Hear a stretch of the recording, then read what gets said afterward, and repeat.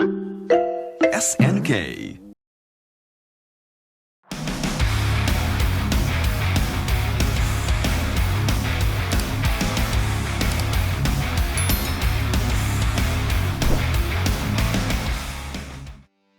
bien bonjour à tous, j'espère que vous allez bien en cette période estivale et que vous n'avez pas trop chaud chez vous et que vous profitez de vos vacances et de vos proches. Donc aujourd'hui il y a une nouvelle vidéo sur Mister FPGA pour vous parler du Dreamster. Donc c'est pas un corps à proprement parler, mais en tout cas c'est une solution qui vous va permettre de jouer à la Dreamcast, et oui à la Dreamcast sur votre Mister FPGA. Donc ce que dit le développeur, donc c'est que en fait c'est pas une solution qui est vraiment très clean au niveau du fonctionnement, donc ce n'est pas un corps pour le Mister FPGA mais plutôt un lancement d'une application qui s'appelle Minicast sur votre Mister FPGA dans un mode un petit peu dégradé on va dire, mais qui va vous permettre d'y jouer sur votre Mister FPGA en installant donc les fichiers nécessaires sur votre carte SD, mais tout est indiqué dans le GitHub, donc il suffit d'aller regarder, le lien est dans la description de la vidéo et tout en haut aussi. Donc vous téléchargez le fichier en version R6, d'ici et là il y aura peut-être des nouvelles versions qui sortiront, donc prenez la dernière version disponible et vous l'installez sur votre Mister FPGA. Une fois que c'est fait, vous lancez dans le répertoire script Dreamster et vous aurez donc l'interface suivante de disponible. Donc là ça sera peut-être un peu petit chez vous, mais en tout cas si vous êtes arrivé jusque là c'est que ça marche. Il faudra bien faire attention aussi de lancer le jeu sur un écran LCD, ça ne fonctionne pas sur un CRT et l'affichage sera en 1080. Donc une fois que vous avez choisi votre jeu et que vous l'avez installé sur votre carte SD, donc vous avez cet écran pour le charger. Donc moi j'ai mis un overclocking à 1 GHz pour le Mister FPGA et j'ai mis max speed pour lancer le jeu. Donc là on va tester sur Soul Calibur, vous allez voir qu'il y a quelques petits soucis quand même, c'est pas parfait. Et pensez aussi à bien ventiler votre Mister si vous faites ça. Moi j'ai un ventilateur dessus donc ça va pas poser de problème, mais il faut faire vraiment attention parce que ça va faire chauffer fortement votre de 10 nano. Alors comme vous pouvez le voir, le jeu se lance bien.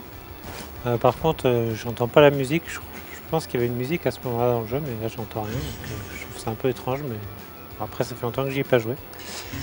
Donc aussi, quand vous installez le jeu, ça va vite prendre beaucoup de place sur votre carte SD. Hein. Un jeu, ça fait entre 700 et 1 Go à chaque fois, donc prévoyez de la place sur votre carte SD. Et donc là, sous le Calibur, donc l'intro démarre. Donc on voit des petits glitches visuels pour certains jeux. Celui-là, il n'y en a pas trop, mais dans d'autres jeux, il y en a plus que dans ce jeu-là. Donc là, ça a l'air fluide, mais attendez, je vais vous lancer une partie, vous allez voir ce qui va se passer. Donc là, par contre, le son est propre, il n'y a pas trop de soucis. Donc je vais couper l'intro, j'ai pris un mode arcade. Vous choisissez votre personnage, je vais un peu accélérer aussi les choses.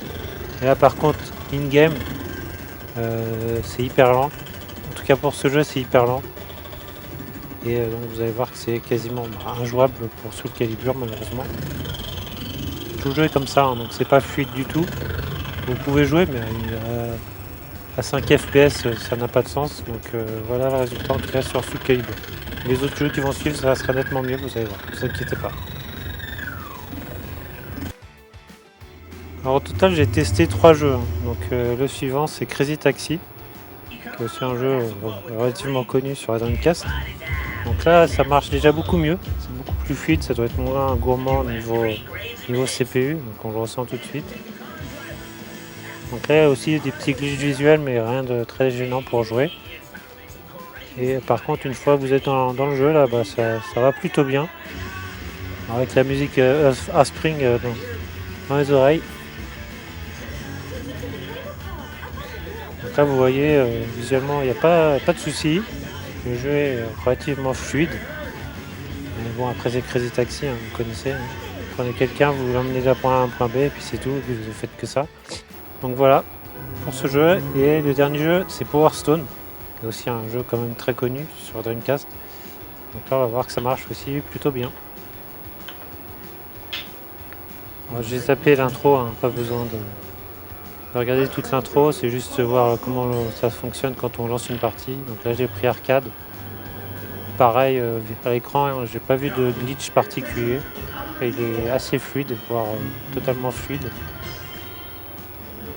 Alors je sais qu'il y a des petites options qui permettent de réduire certains glitches et autres, j'ai pas testé. franchement. J'ai juste mis l'overclocking à 1 GHz, c'est tout ce que j'ai fait. Donc là vous voyez globalement le jeu tourne très très bien. Les musiques n'ont pas de soucis. Graphiquement c'est propre. Donc vraiment rien à dire sur Power Stone, qui est le dernier test pour cette vidéo du jeu sur Dreamcast. Donc il y aura certainement, donc, comme je disais, d'autres versions de cette solution. Et donc n'hésitez pas à le tester sur votre Mister FPGA avec prudence bien sûr, mais n'hésitez pas à le tester si vous jouez à la Dreamcast.